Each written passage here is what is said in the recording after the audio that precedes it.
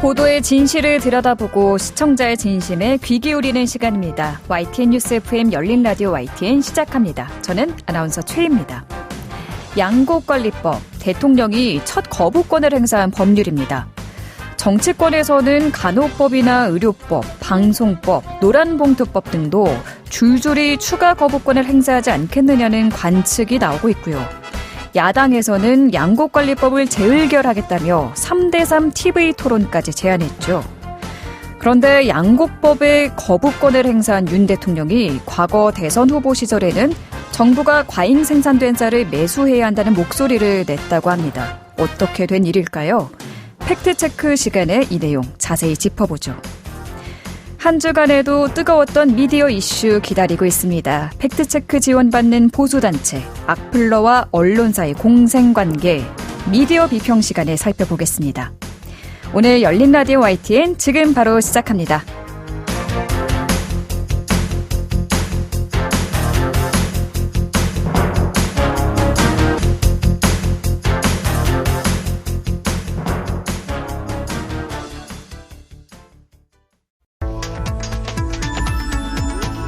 미디어가 전하는 이슈에 대한 다양한 분석과 팩트체크까지 바로 보고 뒤집어 보고 꼭꼭 씹어보기 위한 미디어 비평 프로그램 열린 라디오 YTN.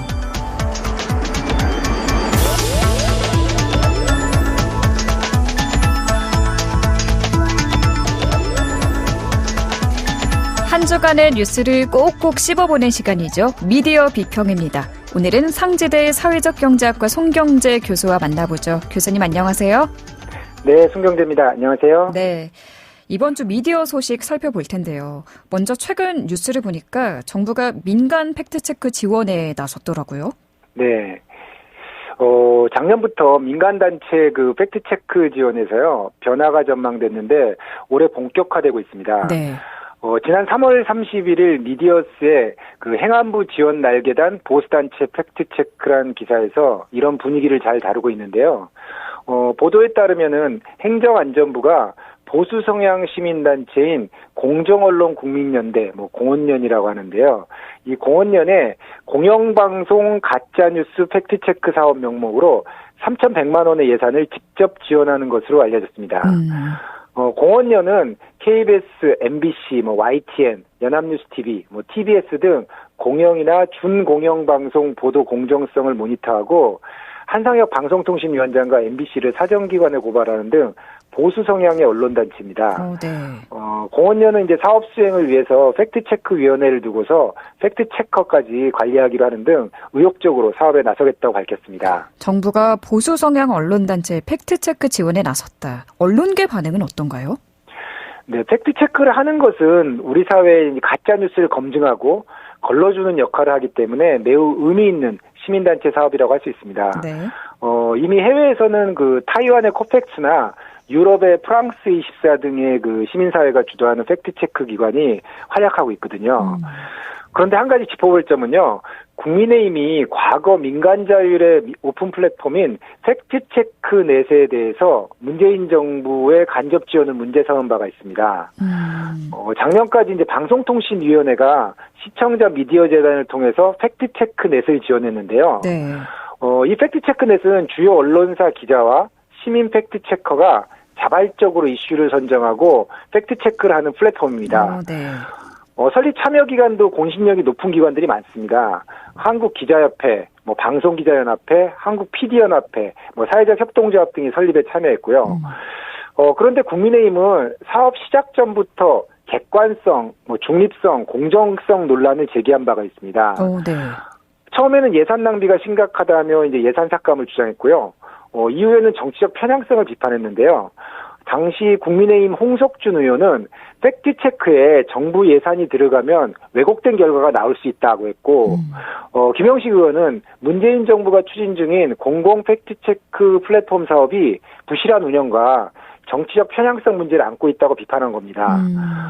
그 결과 이제 예산 삭감과 여러 원인으로 팩트체크넷은 지난 2023년 2월 해산을 결정했는데요. 그러니까 팩트체크넷에 대한 정부 지원을 비판해온 국민의힘이 이번에는 보수 성향 언론단체 팩트체크 지원 사업에 나선 거네요? 네, 그러니까 이번 행안부에 공원형 팩트체크 지원 사업에 대해서 이중적인 잣대라는 비판도 있는 겁니다. 네.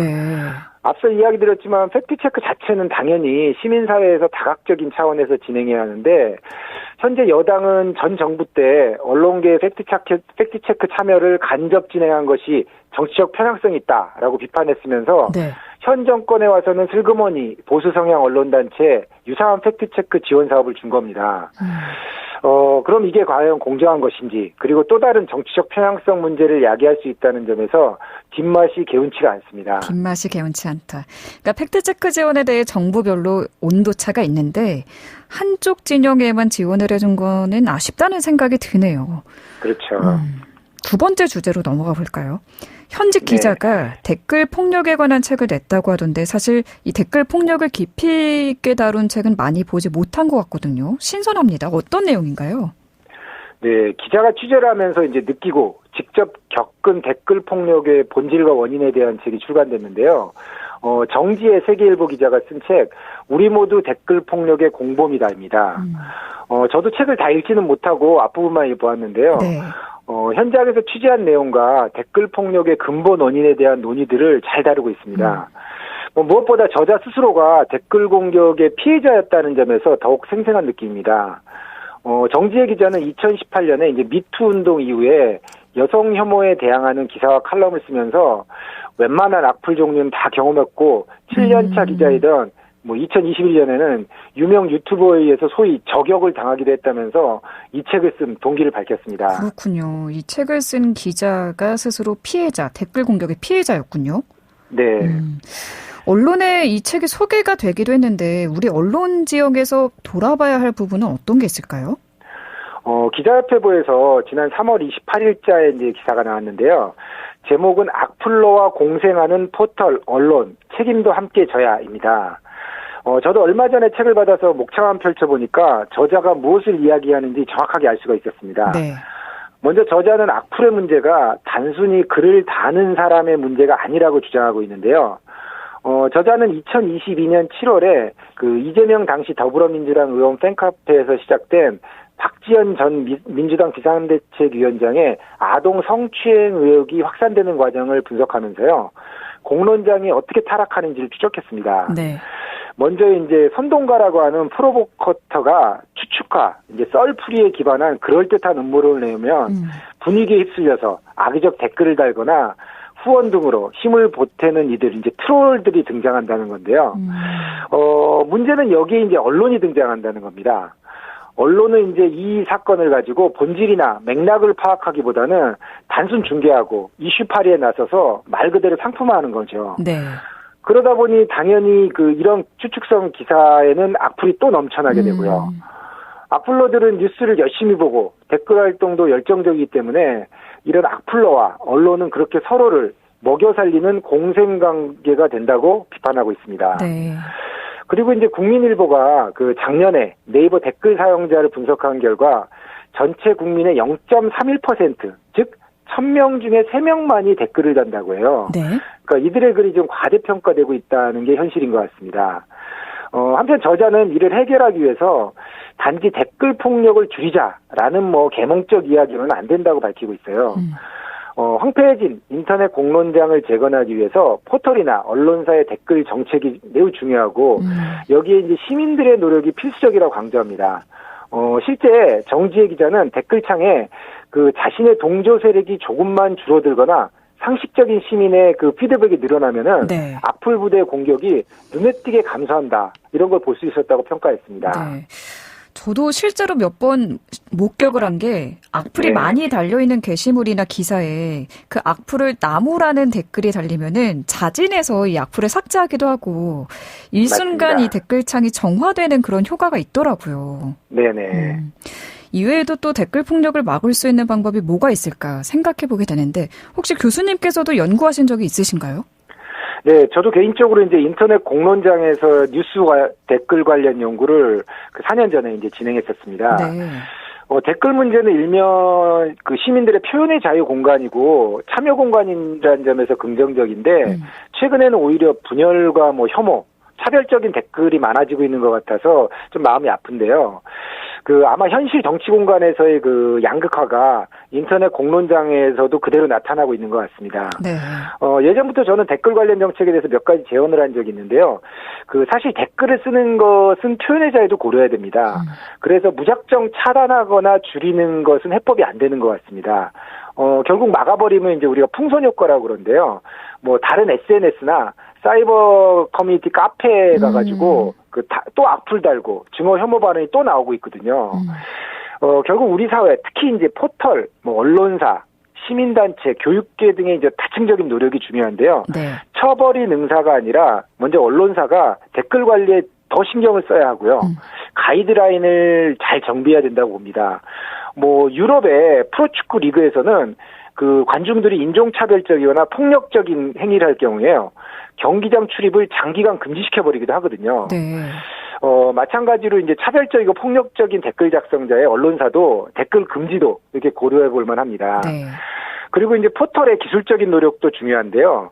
뭐 기술적으로 이제 필터링을 강화하거나 글을 올리기 전에 먼저 경고문구를 보이게 한다든가 뭐 아니면은 이력 공개 제도처럼 작성자의 과거 글을 공개하는 방식 이런 것도 이제 댓글을 정화시키는 하나의 제도적이고 기술적인 방법입니다. 그리고 이제 시민사회만이 아니라 이제 교육계와 학계에서도 좀 이 문제의 심각성을 인지하고 좀 중고등학교, 대학교 교과과정에서 교육과 계도 등의 다층적인 노력이 좀 필요한 것 같고요. 네.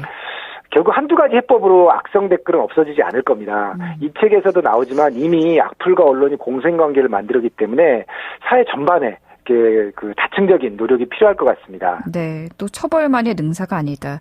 언론사, 포털사가 댓글 관리에 더 신경을 써야 한다라는 말씀 해주셨는데요.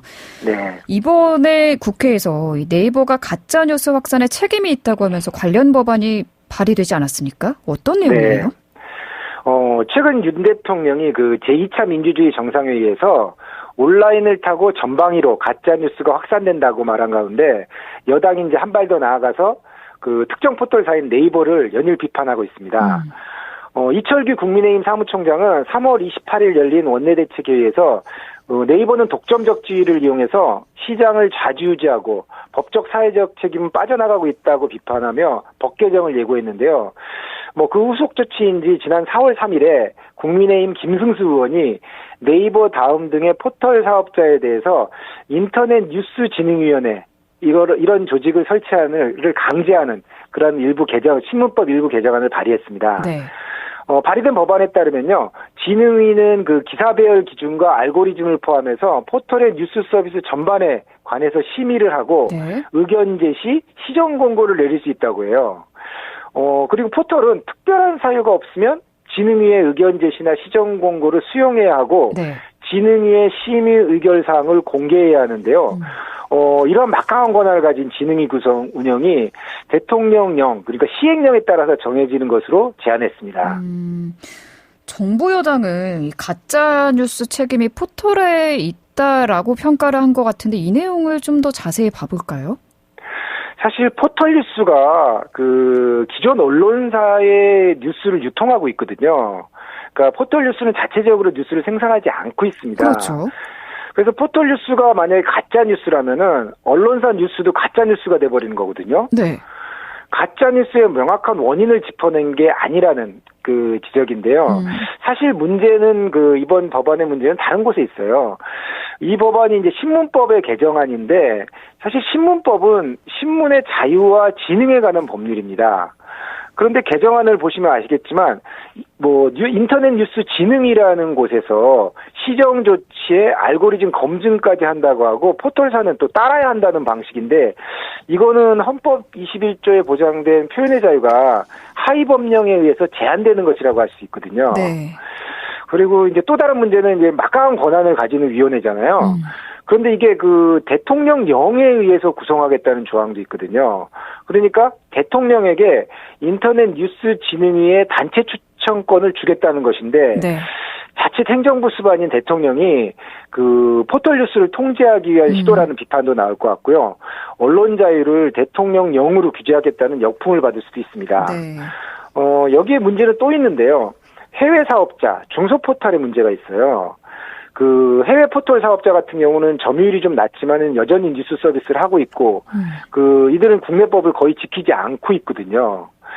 그리고 줌이나 네이트 같은 점유율이 낮은 중소 포털도 뭐 20명 내외의 위원회를 운영한다. 이거는 상당히 부담이 될 겁니다. 결국 이 법은 포털 뉴스 생태계에 대한 이해가 없이 제시되면서 좀 일각에서는 내년 총선을 앞두고 뭐 정치권과 포털사가 기싸움하는 거 아니냐, 뭐 이런 분석도 있습니다. 네. 최근 포털을 규제하거나 말씀하신 것처럼 위원회를 만들겠다는 법안이 많이 발의되고 있는데 아무래도 내년 총선을 앞두고 한 게 아닌가 하는 이야기도 나오는 것 같습니다.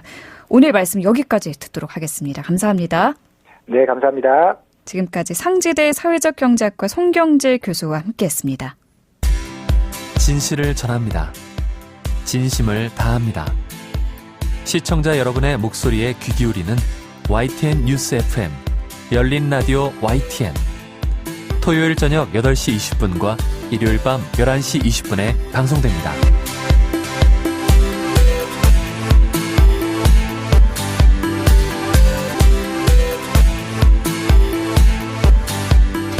YTN 라디오 프로그램들을 모니터링하고 평가해보는 시간입니다. 오늘은 박채린 시청자 평가원과 전화 연결되어 있습니다. 안녕하십니까? 네, 안녕하세요. 네, 이번 주에 모니터링한 프로그램은 어떤 건가요? 네, 이번 주엔 매주 오전 7시 15분부터 9시까지 방송하는 뉴스킹 박지훈입니다를 들었습니다. 저는 이 프로그램을 3월 20일부터 31일까지 2주간 모니터했습니다. 네, 어떤 내용 보셨을까요? 네, 지난 2주간의 모니터 기간 동안 주요 이슈 중 하나가 양곡관리법이었습니다. 쌀 초과 생산량을 정부가 사들여서 쌀값 폭락을 막자는 취지의 법안인데요. 뉴스킹에 출연한 정치인들 모두 입을 모아서 우리나라 농업의 중요한 법이라고 주장을 했습니다. 네. 하지만 이 법이 쌀값을 안정시키고 농업을 발전시키는데 효과가 있는지 없는지 판단해 볼 수 있는 정보는 찾기 어려웠습니다.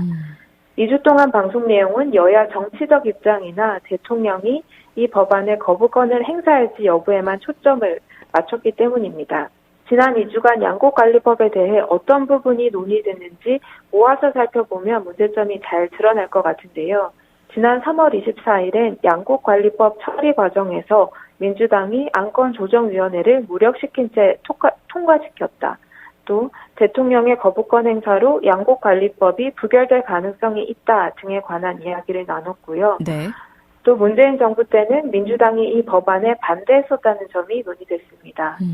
또 3월 29일과 30일엔 대통령이 법안에 대한 거부권을 행사하기로 했다는 내용이 대부분이었습니다. 네.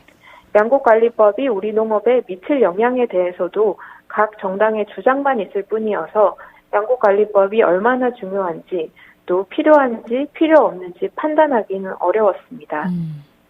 해당 법안의 이해 당사자들을 인터뷰하거나 정치인을 섭외하더라도 양곡관리법의 영향을 크게 받는 지역구의 의원을 섭외하는 등의 방식으로 당사자성을 반영하려는 노력을 했더라면 청취자가 법안을 판단하는데 좀 더 도움이 되지 않았을까 하는 생각이 들었습니다.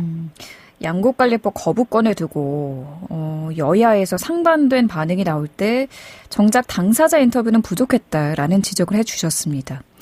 진행에 대해서도 평가한 내용이 있으실까요? 네, 정치인이 근거가 부족하거나 무리한 주장을 할 때 진행자는 근거를 요구하는 등의 방식으로 주의해서 들어야 한다는 점을 짚어줄 필요가 있습니다. 하지만 그러한 역할이 부족했던 때가 있었는데요. 네. 지난 3월 30일 이슈 인터뷰에 안민석 더불어민주당 의원이 출연했습니다. 국가안보실장의 교체 배경에 대해 이야기하고 있었는데 이날 안 의원은 그 배경과 관련해서 김건희 여사가 관여했다는 박지원 전 국정원장의 발언을 옮기면서 여사의 독단적 판단이었을까? 그 배후엔 또 다른 힘이 작용하지 않았을까? 하는 의혹을 제기했습니다. 의혹을 제기할 수는 있지만 근거가 있어야 합니다. 특히 정쟁 소지가 있는 주장일 경우에는 더 신중할 필요가 있는데요. 안 의원은 박지원 전 원장의 발언을 출처로 삼았지만 이날 방송을 듣는 청취자 모두가 박 전 원장이 무슨 근거로 그런 의혹을 제기했는지 알 수는 없습니다. 진행자라도 아직 구체적으로 밝혀진 부분이 없다는 점을 한 번 더 짚어줬더라면 하는 아쉬움이 남았습니다. 네, 출연자가 의혹을 제기할 때는 진행자의 정리가 필요하다는 말씀이셨고요. 마지막으로 더 짚어볼 부분 뭐가 있을까요? 네, 마지막으로 살펴볼 문제는 여론조사에 관한 것인데요. 지난 3월 30일 여론 뚱탑 코너에서 김준일 뉴스톱 수석 에디터가 370명이 응답한 여론조사 결과를 소개했습니다. 네. 일단 표본이 너무 적고요. 또 전문 여론조사 기관이 아닌 한 정치 커뮤니티 플랫폼에서 실시한 여론조사라고 소개한 점을 미루어 봤을 때 대표성을 확보하기 위해 뽑아낸 370명이 아니라 무작위로 응답한 결과일 가능성이 높아 보였습니다. 표본도 적은데 대표성도 확보하지 못한 여론조사는 사실상 통계학적으로 의미가 없다고 볼 수 있습니다. 네. 김 에디터도 그냥 참고용으로만 보시면 된다라고 했는데요. 대표성이나 전문성이 담보되지 않은 자료를 제시한 채 참고용으로만 보시라는 태도는 좀 무책임해 보였습니다.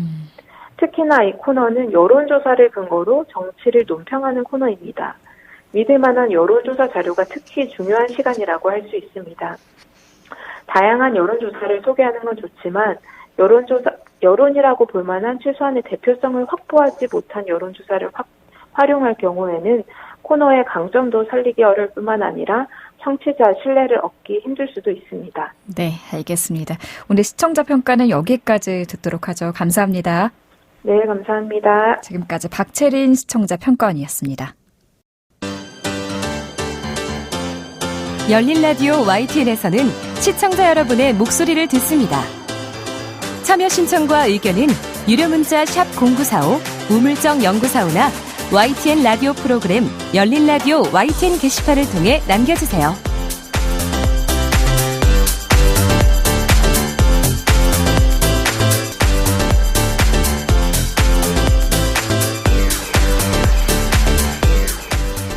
지난 한 주간 있었던 뉴스들 가운데 사실 확인이 필요한 뉴스를 팩트체크해보는 시간입니다. 팩트체크 전문 미디어 뉴스톱의 송영훈 팩트체커 전화로 연결돼 있습니다. 안녕하세요.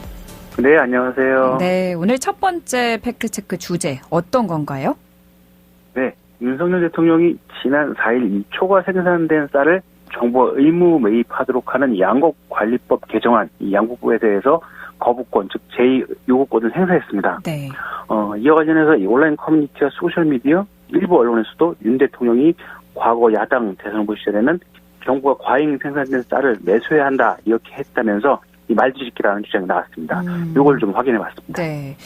우선 우리가 양곡관리법 개정안이 뭔지부터 볼까요? 네.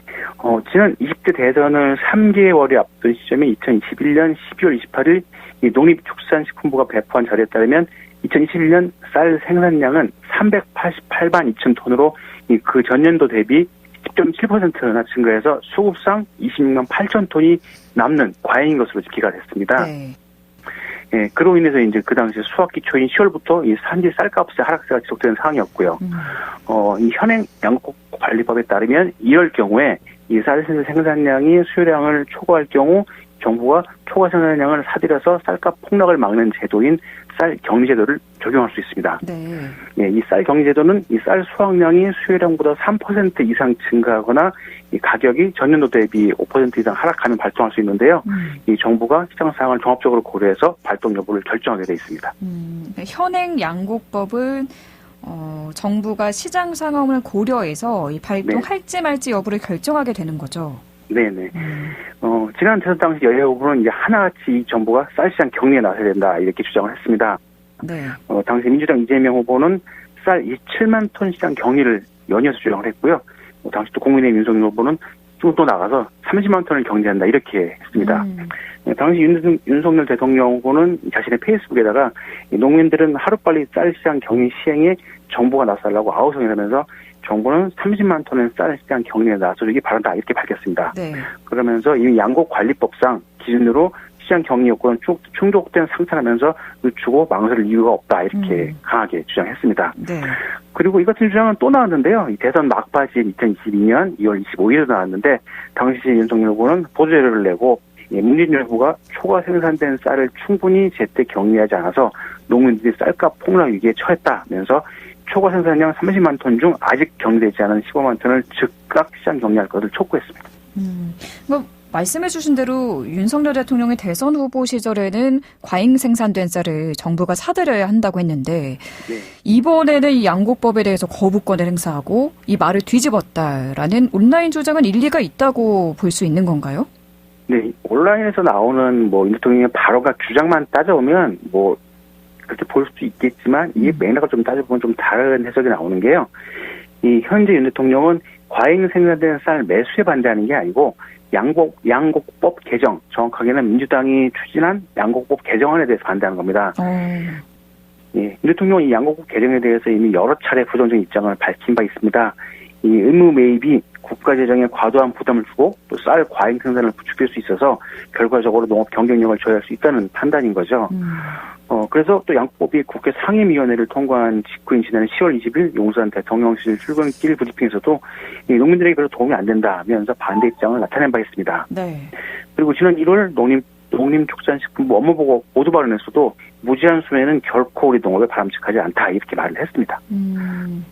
그러니까 윤석열 대통령이 쌀 매수에 반대하는 게 아니라 네. 의무 매입을 골자로 하는 양곡법 개정안에 대해서 반대를 한다라는 거군요. 네네 그렇습니다.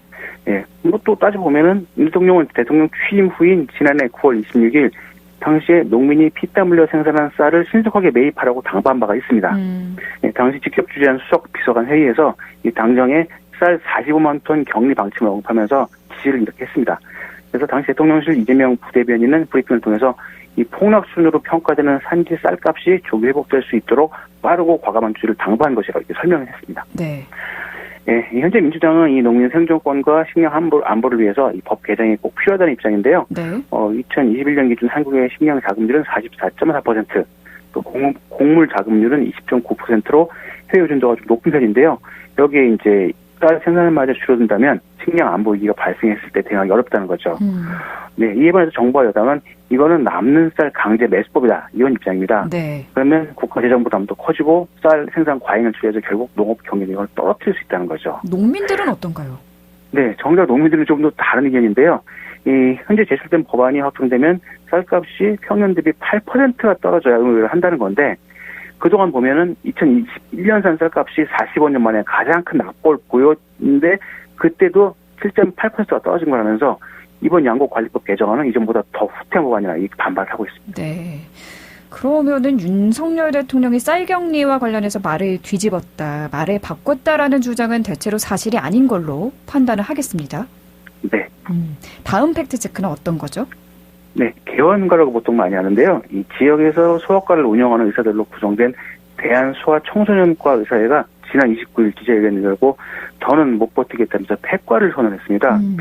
그러자 온라인 등에서는 이제 소아과를 못 보는 거냐, 아이들이 아프면 어디로 가야 하는 거냐 이런 우려들이 나오고 있습니다. 요즘 아이 있는 집들은 아이가 감기에 걸린다거나 열이 오르면은 병원으로 막 달려가도 몇 시간씩 대기를 해도 진료를 보기 어렵다 이런 어려움을 토로하는 집들이 많이 보이더라고요. 네네.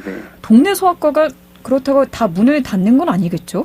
네네. 그런 건 아니고요. 일단 소정과 의사에는 이 회원 3,500명 가운데 90% 정도가 폐업이나 전과를 희망했다 이렇게 밝혔는데 결론부터 쉽게 말씀드리면 이 대부분 병원 간판이 바뀌는 걸로 이해하시면 될 것 같습니다.